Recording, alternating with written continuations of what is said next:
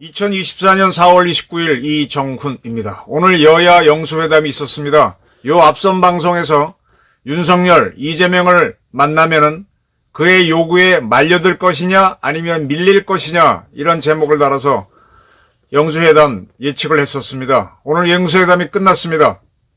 이재명 민주당 대표는 이렇게 얘기했습니다. 국회를 굴복시키면 국정 운영이 쉽지 않을 것이다.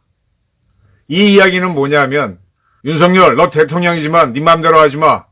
우리 의회가 야당이 다수를 차지한 의회가 더 센 권력이야. 의회 독재를 보장해. 이런 겁니다. 아주 흥미로운 거는 문재인 정권은요. 민주당이 다수인 의회를 가진 상태에서 대통령도 문재인이었습니다. 그때 문재인 정권은 탈핵 정책 같은 거를 추진하면서 탈핵 정책을 하려면 법을 만들어야 되죠. 대한민국에서는 원자력 발전소를 하지 말라는 법이 아직도 없고 문재인 때도 없었습니다. 오히려 원자력 진흥법, 원자력 무슨 법 해서 원자력을 하라는 법들이 많았죠. 물론 안전하게 하라는 법들도 있었습니다. 안전 규제는 있지만 하지 말라는 법은 없거든요. 근데 문재인 정권은 원자력을 하면 안 된다라는 법을 만들지 않고 탈핵 정책을 추진했습니다. 왜? 그게 대통령 선거운동할 때 자기네 공약이었다라고 하면서 의회를 무시하고 우리나라는 모든 거는 법을 만들어 놓고 해야 되잖아요. 그때는 대통령 독재를 추진해 놓고 지금은 대통령 뺏긴 상태에서 의회만 다수당이니까 의회 독재를 요구하고 있습니다. 우려했던 사태. 여야 영수회담이 벌어지면 윤석열은 말려들거나 아니면 밀릴 것이다 라고 그랬는데 그런 모습이 외견상 보였습니다. 이 독재 문제는 좀 깊이 생각을 하시면서 바라봐야 될 겁니다. 이 영수회담이 있기 전에 주요 언론들에서는 이 영수회담에 상당히 의미를 부여하는 사설들을 썼습니다. 물론 이제 윤석열 대통령이 총선에서 패배했기 때문에 정치적 탈출구로 이 영수회담을 이용할 수 있다. 그러면 안 된다. 또 총선에서 압승을 한 민주당의 대표 이재명이 자기 정치적 위상을 과시하는 자리로 활용하는 것도 안 된다. 이렇게 전제를 깔긴 했지만 앞으로 서로 여야가 정치 협상을 하면서 협치를 할 수 있으면 좋겠다. 이런 식으로 긍정적으로 그리고 어쨌든 그런 쪽으로 이제 나왔었는데 막상 오늘 회담이 열리고 나서 자세한 건 좀 더 있으면 더 흘러나오겠지만은 우선 나오는 보도만 보게 되면 이제 처음 두 분이 만났을 때 기자들한테 공개되는 자리에선 서로 이제 모두 발언 같은 것만 하고 이어서 비공개로 오후 4시까지 이야기했다니까 4시 넘겼다니까 비공개로 한 2시간 이상 3시간 가까이 이야기인데 거기서는 뭐가 나오는지 나중에 나올 테지만 일단 모두 발언을 한 걸 보게 되면 이재명 대표가 한 것만 주로 보도되고 있어요. 윤 대통령은 특별한 얘기를 안 한 것 같습니다. 이재명 대표는 이렇게 얘기했습니다. 제가 대통령님께 드릴 말씀을 써가지고 왔다라고 하면서 A4 용지를 꺼낸 후 그걸 직접 읽으면서 말씀을 드리는 모양을 했죠. 써갖고 왔습니다. 할 말 다 하겠다. 빠뜨리지 않고 하겠다. 그래서 무슨 얘기를 했는가 하면은 그동안 윤 대통령이 특검법 등등에 대해서 거부권을 행사했죠. 거부권 행사에 대해서 유감을 표명하면서 해병대 최상병 사망사건 외학 의혹 특검법 및 이태원 참사 특별법을 수용하셔야 된다라 그랬고 그리고 딱 부러지게 이렇게 얘기했습니다. 행정 권력으로 국회와 야당을 혹여라도 굴복시키려고 하시면 성공적인 국정은 쉽지 않을 것입니다. 대통령, 너 의회 독재 허용해. 짜샤. 딱 한마디 했죠. 이태원 특별법이나 특검법 등의 거부권 행사한 것에 대해서 유감을 표명하시고 앞으로 국회를 존중하겠다. 국회의 결정을 존중하겠다는 약속을 해주면 참 좋겠다. 라는 요청을 드린다. 하는 것도 있습니다. 그리고 최해병 특검법, 이태원 참사 특별법을 수용해달라. 적극적으로. 그 다음에 국정 운영에 큰 부담이 되고 있는 가족분 주변 인사들의 여러 의혹도 정리하고 넘어가면 좋겠다. 지금 뭐 윤 대통령 처가를 보게 되면은 풍비박산이라고 할 수 있죠. 장모가 되시는 분은 교도소에 있고, 처남되는 분도 구설수고, 부인도 구설수고. 그러면서 이재명 대표는 김건희 특검법 수용을 압박한 걸로 보입니다. 그리고 뜻밖의 의료개혁은 같이 가겠다는 의사를 표시했는데, 야, 대통령 네가 하지 마. 의회에서 권력해진 내가 할게. 이런 식으로 얘기했습니다.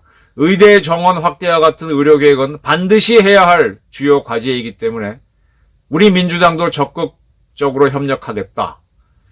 그런데 민주당이 제안한 국회 공론화 특위에서 여야와 의료계와 함께 논의하면 좋은 해법이 마련될 것 같다. 그러니까 네가 하지 말고 내가 할게. 생색을 내겠다. 이렇게 한 거죠. 그리고 25만 원 국민한테 주자라는 주장은 역시 빠뜨리지 않았습니다. 지역화폐로 지급하면 소득 지원 효과에 더해서 골목상권, 소상공인, 자영업자, 지방에 대한 지원 효과가 클 것이다. 예. 여러분들 저 지방에 이렇게 관광지 가보면은 입장료를 내면서 무슨 뭐 별도로 뭐 사는 게 있죠. 한탄강에 가면 그 잔도가 있는데 거기 가게 되면은 5,000원 뭐 더 내잖아요. 입장료 말고. 그러면은 5,000원 상품권을 주죠. 그 지역에서 그 지역 거기가 무슨 군이지? 포천인가 화천인가? 거기서만 통용되는 어느 가게를 가든 다 되는. 그러니까 지역에서 돈을 풀게 만드는 거죠. 안 먹고 갈 사람들도 그 돈을 쓰게끔. 그거 안 쓰고 가면은 일정 기간 지나가면 그 돈은 날아가니까. 네. 그런 식으로라도 하자. 이게 뭔가 하면요. 문재인 정권이 대한민국 망치는 요소로 들고 나왔던 소득 주도 경제 성장이 있죠. 국민들한테 일정한 돈을 나눠주면 그걸 갖다가 현금으로 주게 되면 인마이 포켓하고 은행에 저금하고 그러지만 그걸 상품권 형식으로 지역 화폐로 주면요. 아까 한탄강 잔도 이용할 때 5,000원 더 받고 그 지역에서 반드시 써야 되는 상품권을 주는 거죠. 그러면 써버리니까 상권이 돌아간다. 그런 식으로 이제 지역 화폐를 줘서 25만 원 그렇게 주면은 가게들이 돌아가니까 경제가 살린다. 꼭 받아라! 그랬습니다. 그리고 정치가 국민을 걱정해야 되는데 어떻게 국민이 정치를 걱정하느냐. 이런 얘기가 있다면서. 저희가 국회에서 출발해서 여기에 왔는데 20분 정도 걸렸는데 여기 오는데 실제로는 700일이 걸렸다. 네, 여야 영수회담 2년 만에 열렸다는 얘기죠. 2년 동안 정치는 실종되고 지배와 통치만 있었다. 그런 평가가 많다라고 하면서 대통령이 거부권 너무 많이 행사했고 입법권을 침해했고 침해하는 시행령을 만들었고 인사청문회를 무력화했다. 네, 뭐 국회에서 청문회 하고 난 다음에 뭐 동의 절차를 안 했는데도 그냥 막 임명했죠. 네, 장관들. 네. 상권분리 법치주의를 위반한 일이다라고도 했습니다. 그러면서 국회나 야당을 굴복시키려고 하시면 성공적인 국정은 쉽지 않을 것이다라고 딱 협박을 했습니다. 여기에 대해서 윤 대통령은 모두 발언했기 때문에 듣고만 있었고 중간에 고개를 끄덕이는 선에서 끝냈고 특별히 자기 발언은 안 한 것 같아요. 받아들였다면은 밀린 거고 이재명 씨가 얘기한 것 갖고 회의를 했다면은 말려드는 거죠. 어떻게 했을까요? 뭐 두 사람이 비공개회에서 무슨 얘기를 했는지는 잘 모르겠습니다. 차차 나오겠죠. 여소야대의 상황에서 정부 여당이 국회를 잘 끌고 나가는 건 어렵습니다. 의원 내각제나 입헌 군주제 같은 데에서는 의회의 다수당이 그 다수당의 대표들이 행정부를 이끌기 때문에 행정부하고 입법부가 갈등하는 경우는 없습니다. 그래서 마이마르 공화국 같은 경우는 독일 그거는 의원 내각제 국가였죠. 그러니까 국회하고 나치당이 이 다수인 국회하고 정부하고 한편이 되고 국민들도 거길 지지했으니까 그냥 독재로 달려와서 전쟁을 일으키고 독일 국민들을 괴롭게 한 거죠. 2차 대전 때 일본도 비슷한 겁니다. 일본은 당보다가는 군이 이게 이겁니다. 어쨌든 일본의 입헌 군주정이었으니까 국가 원수는 천황이잖아요. 천황은 또 군 통수권자도 됩니다. 근데 군이 어떻게 전쟁을 일으키거나 전쟁에 말려들면은 군을 지휘하는 건 어쨌든 일본 천황이거든. 근데 천황은 통치를 안 해요. 그냥 승인만 할 뿐이지. 그래서 일본 육군부 해군부에서 두 개 합쳐갖고 대본령을 만든 다음에 이러이러해 해야 됩니다 하고 올리면은 천황은 무조건 끄덕끄덕. 그 중간에 총리가 있어갖고 총리가 외무부 내무부 다 불러갖고 이렇게 합의를 해서 올려야 되는데 결정해야 되는데 통수권이라는 이유로 총리를 배제하고 바로 전시가 되면 그렇게 올라갑니다. 끄덕끄덕 하니까 이 육군부 해군부 장관 또는 둘을 더한 대본령에 있는 대본령 책임자가 총리를 무시하고 전쟁을 한다는 이유로 끌고 나가면 총리가 이끄는 내각은 이 군부를 지원하는 걸로 따라오는 전시체제가 돼버리죠. 그래서 일본은 군국주의로 갔던 겁니다. 일본은 뭐 국회에서 군인들이 국회를 차지한 것도 아닌데도 독재로 갔던 거죠. 그래서 이러한 문제들이 있기 때문에 원래 미국식 공화정이 나온 거고 로마의 공화정도 입법부가 시민을 대표하는 자들이 모여갖고 나눠먹기, 놀아먹기, 뭐 자기네끼리 다 해먹기 이렇게 가면 안 되니까 조금 정신 바른 놈이 따로 대통령으로 뽑혀갖고 이거랑 소리 견제하도록 만든 게 대통령제거든요. 미국식 대통령제가.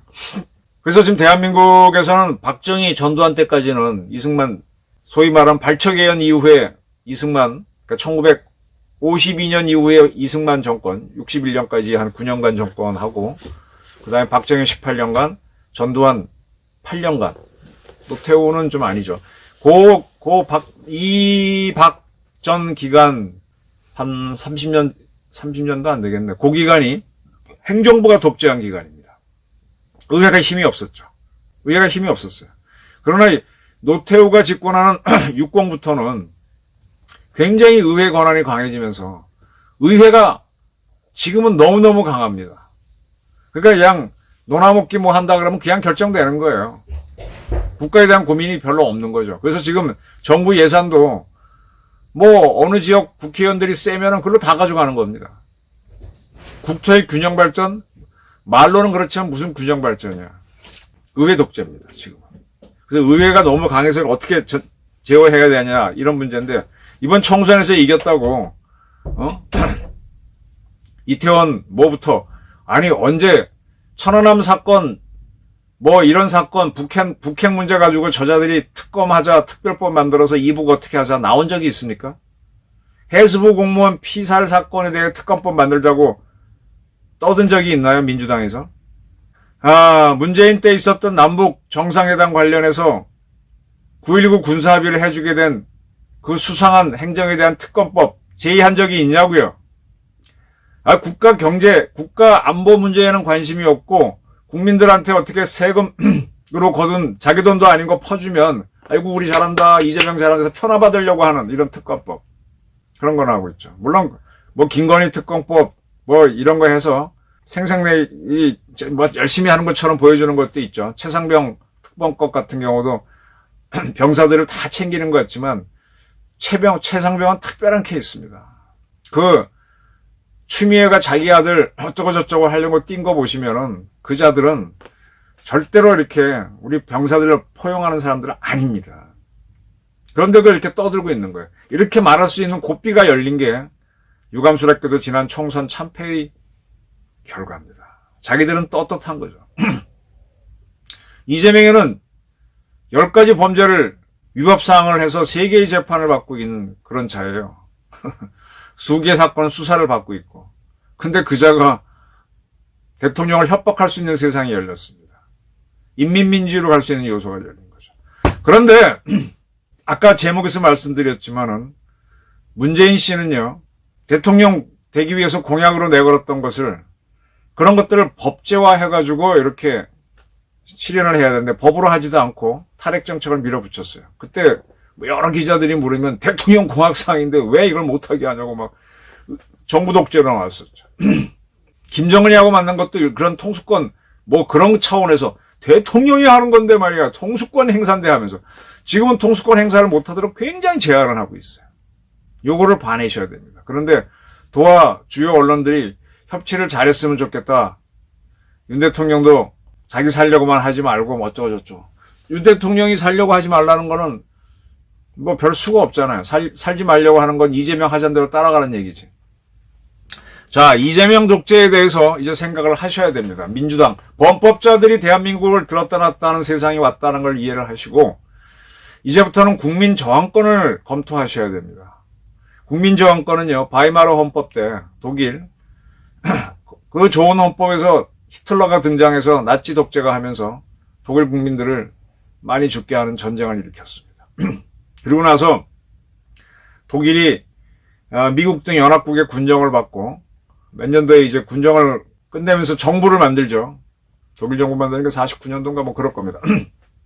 그러면서 그때 이 인민민주주의 요소를 빼기 위해서 자기네 헌법에 다수당의 횡포 독재를 막기 위해서 국민이 저항해야 된다는 국민 저항권 정신을 넣습니다.